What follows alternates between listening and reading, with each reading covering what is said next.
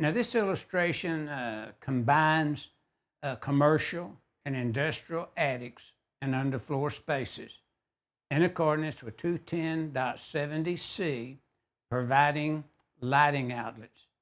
Now, notice as we reviewed previously, it showed the entry.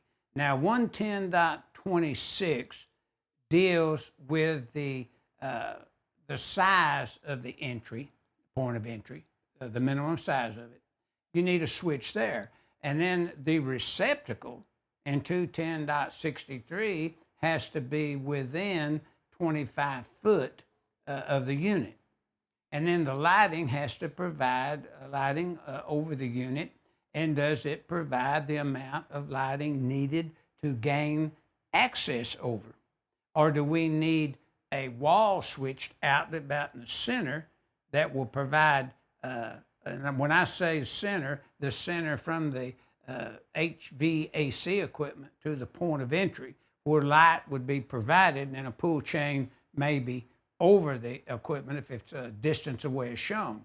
And then I've stated earlier that say a AC unit, HAV unit may be closer to the point of entry, and just a wall switch and one outlet, lighting outlet would do.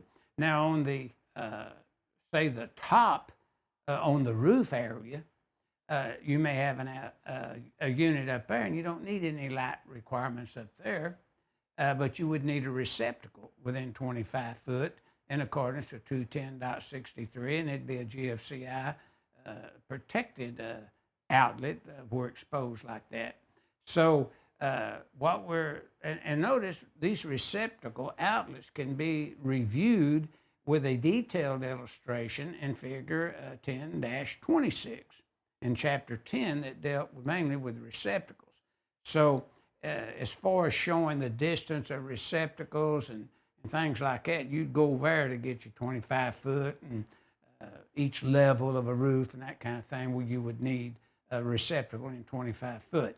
So figure 11-20 is just showing where these lighting outlets are required for commercial and industrial attics plus underfloor spaces in accordance with 210.70C.